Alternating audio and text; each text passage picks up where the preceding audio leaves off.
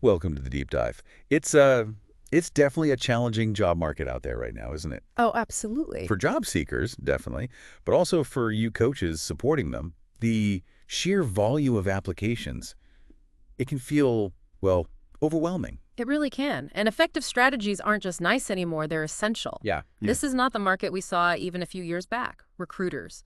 They're dealing with frankly, a tidal wave of applications for every single opening.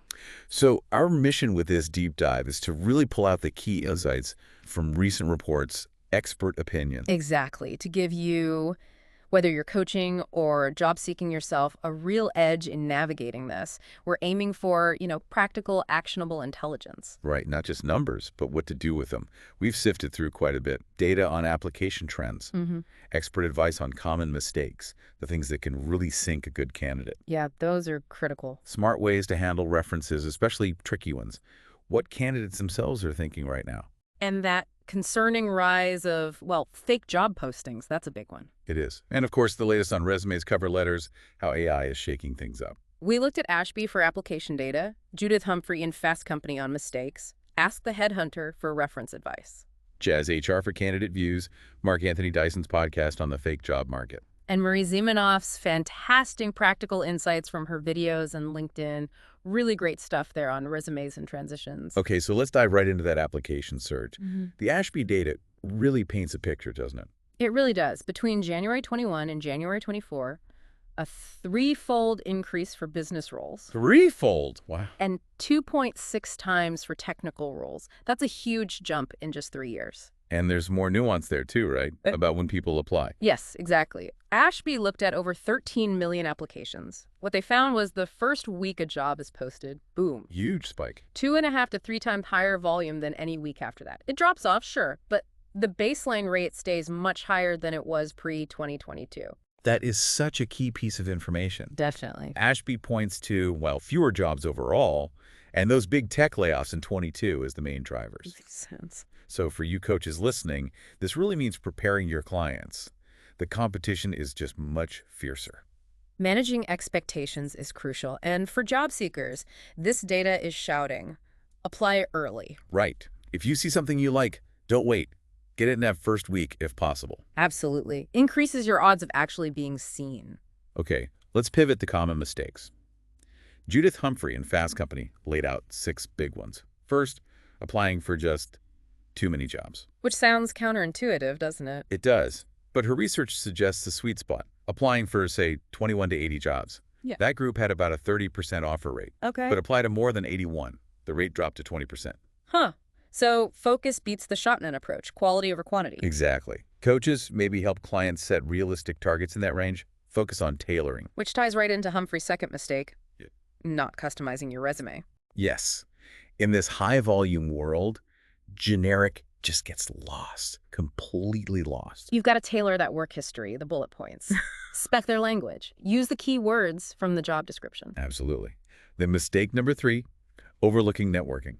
Humphrey cites LinkedIn data. 70% of hires come through networking. 70%, that's massive. It's still about people. It really is.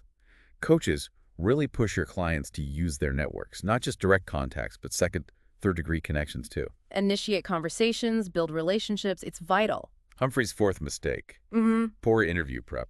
Seems obvious, but But the level of prep matters hugely. Research the company, the role deeply. She even suggests preparing a sort of mental script. not to sound robotic, right? Yeah. But to have your key points ready. Exactly. And specific answers to likely questions. It builds confidence, helps you articulate your value clearly. Mistake 5 is weak language in interviews. Yeah. Negative talk, too many filler words. Like. Yeah, or being too casual. Even overly apologetic language can hurt. It's about projecting confidence and clarity.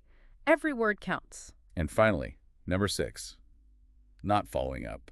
That simple thank you note after an interview or networking chat, still really important. It shows professionalism, keeps you top of mind, can be a tiebreaker. Okay, let's talk references.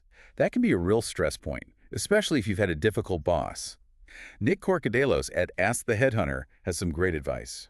Yeah, this is a common worry. His key point, your references don't have to be your direct boss. Right? Think broader. Trusted colleagues, other managers, maybe even vendors or clients you worked well with. Good point.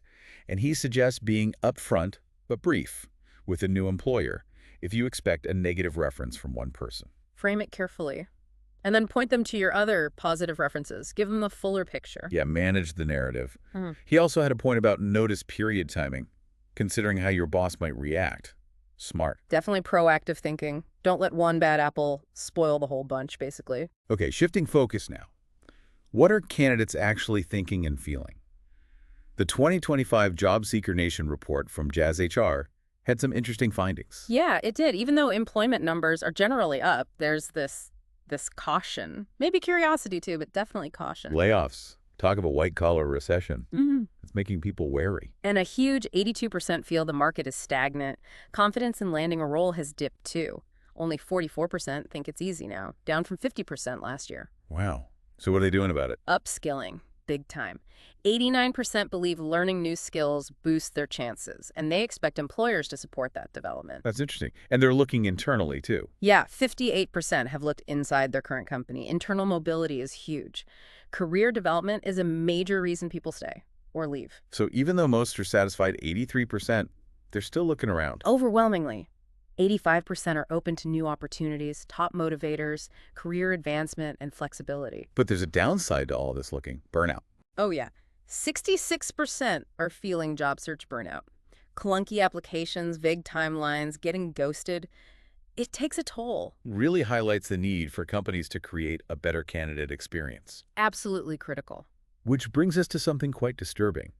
The fake job market Mark Anthony Dyson talks about on his podcast. Yes. This isn't just about scarce jobs. It's about completely fake postings, fake employers, fake recruiters, even fake advice. It sounds like a minefield. It can be. Dyson really stresses vigilance. Job seekers have to verify everything, research the company Glassdoor, Reddit, wherever, be super skeptical of unsolicited offers, check email addresses, websites. Wow. It adds a whole other layer of stress, doesn't it? It really does. Coaches, you need to equip your clients to spot these scams. Critical thinking is key here. Definitely.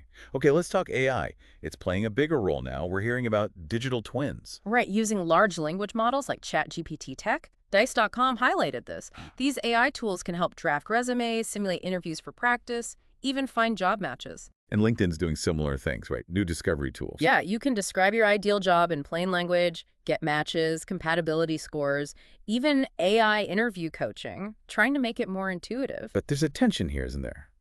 Between the benefits and how people feel about it. Absolutely. HR Dive found many job seekers value the human touch. Like 62% might not apply if a company relies too heavily on AI. Really? That high? Yeah. And 87% prefer humans for interviews, especially for soft skills.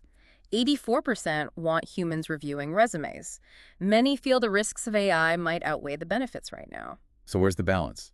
Marie Zimenoff had some thoughts on this. She has a great perspective. Use AI definitely, but use it wisely. For research, analysis, finding keywords, fantastic. But not to write everything for you. Exactly. Don't let it write big chunks of your resume or cover letter. You need your authentic voice, your real experiences. AI can sound generic. That makes sense. Keep it as a tool and assistant. Precisely.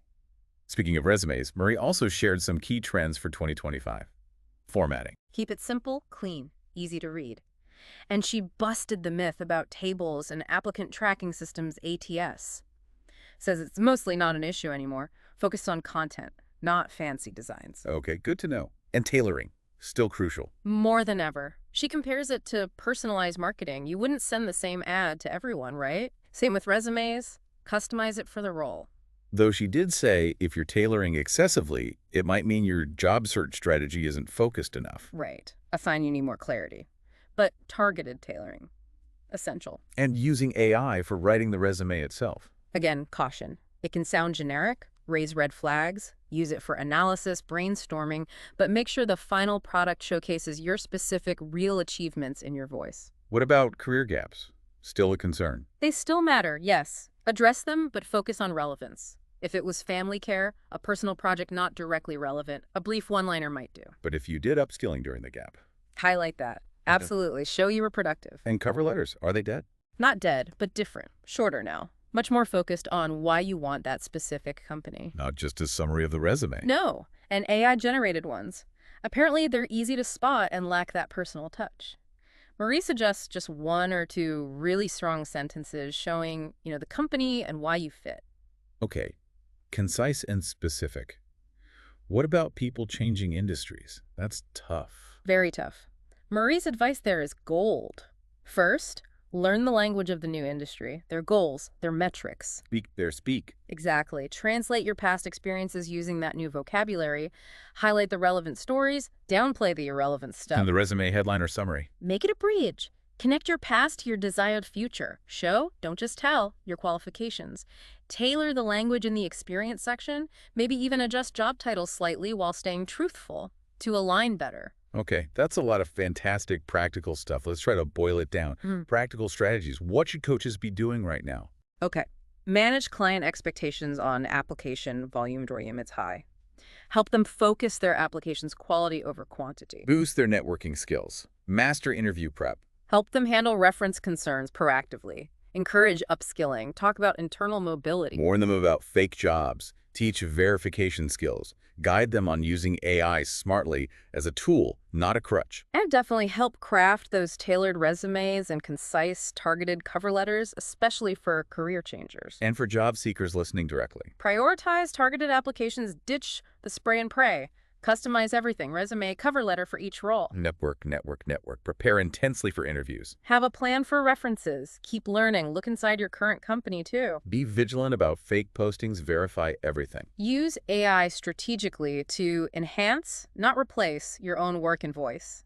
Write short, personalized cover letters explaining your why. And focus on translating your experience into the language of the industry you want to be in. Exactly. So, wrapping it up, the big message seems to be, in this competitive, evolving market, you need strategic, tailored, and really authentic approaches. Couldn't agree more. And you absolutely have to be vigilant against misinformation and those fake opportunities. Focus on quality, use the data, use the expert advice. Right. Here's a final thought for you to maybe chew on. Mm.